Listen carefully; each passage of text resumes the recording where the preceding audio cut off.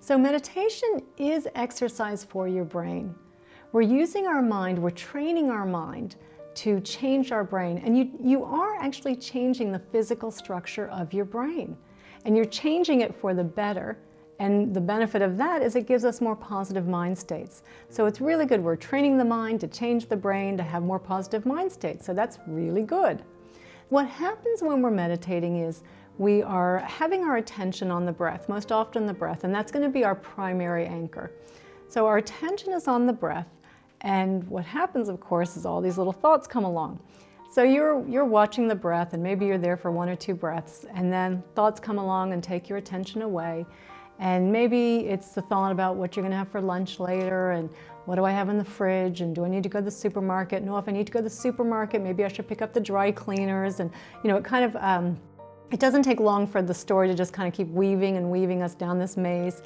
And then you remember, oh, I'm supposed to be meditating. And so then you bring your attention back to the breath, and you stay for a few more breaths, and then your mind wanders off again, again thinking about, well, if I go to the dry cleaners, don't forget I need that soup because I'm doing that presentation on Tuesday, so I want to have that. And oh, have I done everything for the presentation? The thoughts just proliferate. And then you bring your attention back to, as soon as you realize you're thinking, you bring your attention back to the breath. And so you're doing this over and over and over again. There is this big misconception that meditation is about not having any thoughts. And I think that's what scares so many people. And I know that's what scared me, because I thought, God, I can't stop thinking. I worried so much. I was like, there's no way. And so it's not that we're stopping thinking, but what happens is that eventually the space between the thoughts becomes greater and greater. And because we start to see the uselessness and the repetitiveness of our thoughts, we start to realize, oh, I don't really need to engage in that thought. It's not helpful. I mean, it'll be there later. I'm still going to have lunch. It's not that if I don't think about lunch right now, I'm going to forget to eat. We kind of realize, like, yeah, there's a time and a place for that. So we become a little disenchanted with our thoughts, less compelled to have to go off and think them. And then as we spend more time with the breath, even, we might see the occasional thought kind of in the periphery of our mind, but again, we're not reaching out to engage with it and then allowing us to be taken down the path of more thoughts. So as we're with the breath, we recognize that we feel more peaceful with the breath, that it's much nicer. In fact, the tension arises because of our thoughts. And that's a really good pointer in your meditation, that if you're feeling some tightness, it's because you've wandered off with your thoughts. There's no tension if you're watching your breath. Just becoming aware that you're thinking is huge. I cannot tell you what a big deal that is. The fact that you've become aware that you're thinking, and then that you're pulling your attention away from the thoughts, that's not easy, and returning your attention to the breath again and again, that's the exercise. That's what's changing our brain, right? Because we're no longer at the mercy of our thoughts. We're able to direct our attention where we want it to go. We're not believing our thoughts are as real anymore. And that's so important for us to have that understanding. And of course, then the more time that we spend with the breath, the more time that we're spending in meditation, the more it balances out our nervous system, helping us to remain more calm, so that even when a frightening thought arises, we're not as easily pulled. Because when we're stressed or overwhelmed, the negative thoughts just grab us over and over. We're so easily hooked into them. So, it kind of has this overall softening effect of our nervous system as well. And so I want to talk about the stress response in relationship to our thoughts. And I want to give a little background again to how we evolved. So remember I said in the last clip, or 2 clips back, that for hundreds of thousands of years, our ancestors lived in a very different world. And it was the stress response that was probably the primary survival system to keep them alive.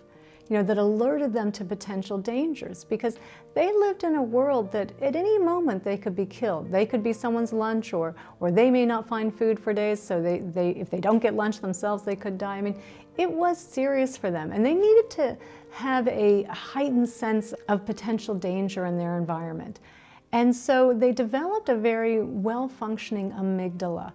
And this is a little pair of almond-shaped structures that are deep in our limbic brain and our mammalian brain. As stimuli comes in through sight, sound, hear, touch, taste, as it comes in, it gets interpreted through the amygdala of whether it's threatening or not. And if the amygdala determines it's threatening, it will initiate for the stress response to ignite. When the stress response ignites, it's increased heart rate, increased blood pressure, your muscles tense up, you're hyper-focused on the potential threat, glucose is being released, you are ready for a fight or to run away from the potential threat, because that's what most of the threats were. But we can also initiate the stress response, or we can also wake up the amygdala with our thoughts. So you're just having a thought about your boss sent you an email and said, I want to meet with you tomorrow to discuss this project. And maybe you read it during the day, the email, and you weren't too perturbed about it. It seemed okay. You were busy, you were running around, you were doing okay. But at 3 a.m., all of a sudden you're reviewing the email now. And so you're thinking about the email and what did he mean by that? And you're kind of mad going through the project. Where could he be unhappy? So as you're kind of analyzing it, thinking about what he might have meant when he wanted to meet with you, your amygdala is hearing it as, oh my God, we're going to lose our job. We're going to be homeless. We're going to die, right? It completely hears it differently. And so it initiates the stress response. And there you are laying in bed at 3 a.m. Your stress response is going, your heart's beating faster, you're hyper-focused on the threat. But it's just a threat you've created in your mind. I mean, how many times have we been there where we get the email, we've gone through all the worrying scenarios of what it could be, and then after the meeting you're like, phew, he was just telling me what a great job I was doing, or was telling me that we need to change something, nothing to do with me, but because of some other event or something that we need to make a deviation in the plans. But we work ourselves up into a lather about it, kind of going through all the what-if scenarios. Well, what if this happens? What if that happens? What could be wrong there? And really exaggerating how bad the situation is, making it seem far worse than it really is. So a couple things with the stress response.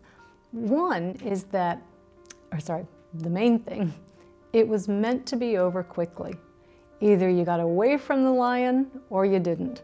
But one way or another, it was meant to be over. It was meant to be this quick burst, and then your nervous system should come back down to balance, right? You either get away, phew, and you relax, or you're the lion's lunch.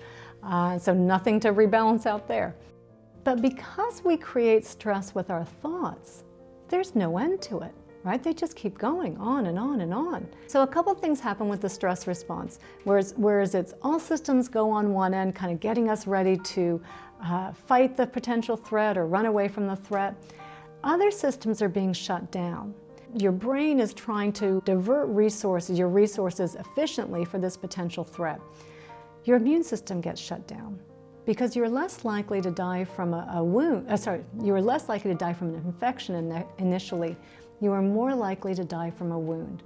So instead, you have an increase of sticky blood platelets. Think about that with all the heart disease today. I mean, people aren't dying from real tigers. They're dying from the imaginary tigers that they're creating in their head. And your reproductive system is shut down, and your digestive system is shut down, because these are not necessary in this moment of if you're about to be attacked. But the worst thing that gets shut down for us, the worst thing for the 21st century that gets shut down, is our prefrontal cortex. This is the part of our brain that sits right here behind our forehead. This is the part of our brain that took us from caves to high rises. It was the last part of our brain to evolve from an evolutionary standpoint, and it doesn't fully mature in us until we're about age 25. It is responsible for rational, logical thought, complex problem solving, decision making, focus, attention, managing our emotions, reasoning, willpower, working memory. All of the things that we need to deal with 21st century problems goes offline.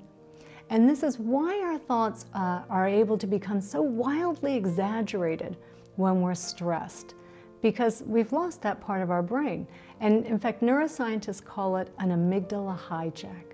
So when your amygdala hijacks your brain, it's hijacking your prefrontal cortex, you lose 10 to 15 IQ points right off the bat. We are not our best when our caveman brain is running the show. And so what happens is that, we get stuck in these thought loops, where we're scaring ourselves over what the email meant, from our boss, or just, we got just hit with a tax bill we weren't expecting, or a maintenance on the vehicle, our car, that we weren't expecting. We'll deal with the situation, but we make it seem worse than it is, telling ourselves some story about it, exaggerating how badly this is impacting us, and often even how we're the victim in this situation, because we feel threatened. And so we can feel like a victim. And what happens is that we can, the more that we tell ourselves these stories about what's going on, about whether we're feeling overwhelmed at work, we've got too much going on, the more that we tell ourselves the story, the more stressed we get. The amygdala just keeps going, oh, that's bad too, oh, that's bad too. And we keep having a continuous release of the stress hormones that were not meant to remain in our system for very long. So we're kind of on this heightened sense of in fact, that's really where that anxiety comes from, that anxious energy, where it's just, oh my God, I just feel like you feel like the tiger is nipping at your heels. But there's no tiger there. It's just thoughts that have caused the stress response to come on. It's not helpful. And the more that we do it, the more easily we repeat the patterns. There's a saying that neurons that fire together, wire together. So the more you do a particular habit, the more easily, if you get frustrated or irritated easily, if you get stuck in traffic and you right away go to that place like, oh, this shouldn't be happening, I'm so irritated by this. And of course, tell yourself you're irritated, and you will be irritated. The more often you do it, the more easily you'll do it in the future. And then you do get stuck in these thought habits, and they're not making us happy. You cannot have peace and contentment when you're telling yourself a story that is leading your brain to believe you're about to be attacked by a tiger. And this is why we can't put the thought down. We can't let it go, because the thought is the stress, right? That's the stress. And the stress response is meant to keep us hyper-focused on the threat. And the threat is the thought. And so we can't put it down.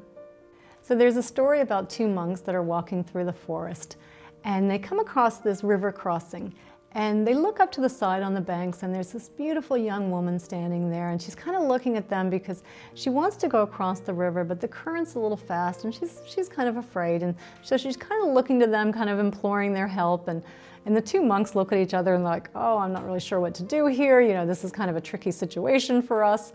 And so the senior monk decides, you know what, I'm going to go take her. So he goes over, he picks the woman up, he carries her across the river, sets her down on the other side. And the junior monk follows him along. And they're walking on for a few more hours. The junior monk is seething. He is so furious about what he's seen. And these stories are going off in his head. I can't believe that he did that. He touched this woman, and not only did he touch her, he picked her up, and we're monks, we've taken vows of chastity, we're not supposed to touch women, we're not even allowed to be in the same room as a woman alone. Like, oh my God, what does this mean? And he just keeps going on and on and on, and driving himself nuts. And so after a while, he's like, he can't help himself. He stops and he says, I know you're the senior monk, but I have to say something. I mean, I don't know how you can explain yourself for what you just did back there. Picking that woman up, I mean, you broke all your vows. I mean, this is such a travesty. What do you have to say for yourself? And the senior monk looks at him and he says, are you still carrying her around? I put her down hours ago, right? And this is how it is with us. It can be a thought that even has nothing to do with us, but because the amygdala gets involved, sees it as a threat, initiates the stress response, the thought is the stress, we can't let it go. And we've all been there. We've all been stuck in those thought, those loops, those playback loops where we just can't let it go. We want to let it go. We know it's not making us happy. We may even know on some level that it's somewhat irrational, but we just can't let it go.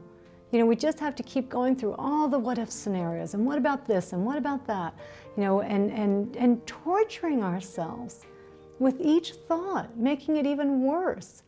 And there was a study done at the University of Cincinnati where they found that 85% of the things we worry about never come true. And of the 15% that do come true, we handle it far better than we imagined we would have. Because in our heads, you know, again, and I'll just use the example of, you know, we get an email or, you know, we get a tax bill that we're not expecting. It's tax time right now. So as we're thinking about how we're going to handle it, maybe we need to sell some investments, maybe we're going to need to ask someone to borrow some money, our amygdala is hearing this as we're going to be homeless, we're going to be living on the streets, and initiating the stress response. You know, we need our prefrontal cortex to handle most of the problems that we have in the 21st century. We need to be able to think these things through. You know, a club is not the answer, or running away from our problems is not the answer. So it's important to understand how we keep initiating the stress response over and over, and how unhelpful it is for us, because it's not making the situation better. So I've got another story for you, and this is an old Native American story about a young boy who has a fight with his best friend in school one day. And after school, he's sitting at home by himself, and he's kind of stewing in his mind, having all these thoughts about his best friend and how angry he is at him, and how he wants to plot his revenge, and you know, what he would say to him and all this stuff. But then he's also a little conflicted, because he's thinking, you know, I'd really rather be playing with him right now. That would be a lot more fun. So I kind of want him here as well. And so I'm kind of torn as to, you know, these two arguments that I'm having in my head right now. So he goes to see his grandfather, and he explains the problem to him. And the grandfather says, oh, I know exactly what you're going through, because we all go through this. He said, it's like there's two wolves living inside of us. So there's a good wolf that's kind and compassionate and generous and loving and forgiving and patient. And then there's this mean wolf inside of us, and he's angry and aggressive and vengeful and jealous and irrational. And it's like these two wolves are always fighting inside of us, trying to dominate us. And so the little boy asks, he says, well, which one wins? And the grandfather replies, the one you feed. Meditation is one of the best ways that we can feed our good wolf. And I'm kind of using the analogy here as the prefrontal cortex being the good wolf, and the amygdala is the bad wolf. And even though the amygdala is not bad, because we need an amygdala, we would get ourselves into all sorts of frightening situations if we didn't have an amygdala kind of making us aware of you know, walking down a dark alley or going into a place that we shouldn't. So we need the amygdala. But we have to remember that the prefrontal cortex is really weak. It's the last part of our brain to evolve. It's not a survival, right? The amygdala takes precedence over that, you know, in causing the stress response to initiate. So we do want to do things to strengthen our prefrontal cortex, to feed our good wolf. So going back to our meditation, when we're focusing our attention on the breath, and then our mind wanders off with the thoughts, and you become aware that you're thinking, and then you apply a lot of effort to redirect your attention back to the breath, you are getting a burst of blood flow and activity into your prefrontal cortex. This is the workout for your prefrontal cortex. This is what makes our prefrontal cortex stronger, by pulling our attention away from the thoughts and bringing our attention back to the breath. So over and over, it doesn't matter how many times you do it. Don't be upset with yourself for that, because you are going to think in the meditation. It is the practice of bringing your attention back to the breath that strengthens your prefrontal cortex, that increases the number of neural connections and makes them stronger. So that's the workout for the brain. And I want to put up a study now to show you by Dr. Sarah Lazar of Harvard Medical School. This was a study that she did where she took people that had never meditated before and put them into an 8-week meditation course. And before the course, she took fMRI brain scans, and then afterwards she took scans again of their brains. And what she found was a measurable increased thickness of their prefrontal cortex. You can see on the slide that the thickness of the prefrontal cortex is on the y-axis, and then the age is on the x-axis. The red squares are the non-meditators, and the blue circles are the meditators. So you can see, if you just follow the red squares, that the prefrontal cortex maximum peakness is the mid-20s, and then it starts to decline from there. But if you look at the blue circles, it holds pretty steady, no matter what age they are. And even to the point where someone who's 50 years old can have a prefrontal cortex the same size or sometimes even thicker than someone half their age. I mean, I just find that incredible when I see a study like that. See what meditation is really, what it's doing to my brain. And there are more and more studies like this, and I have many of them on my website by Yale, UCLA, so all very reputable institutions. They're all showing the same thing. Meditation is changing our brain, not just our prefrontal cortex, but other parts of our brain as well. And so if you take a look on the website, you can see some of those studies as well, just to give you some more motivation, to keep you more inspired to want to meditate, and just to see what the results really are. And so the next clip, we're going to talk about the meditation instructions. I'm going to talk to you a little bit more about how we're going to meditate today, and then we're finally going to get to the meditation.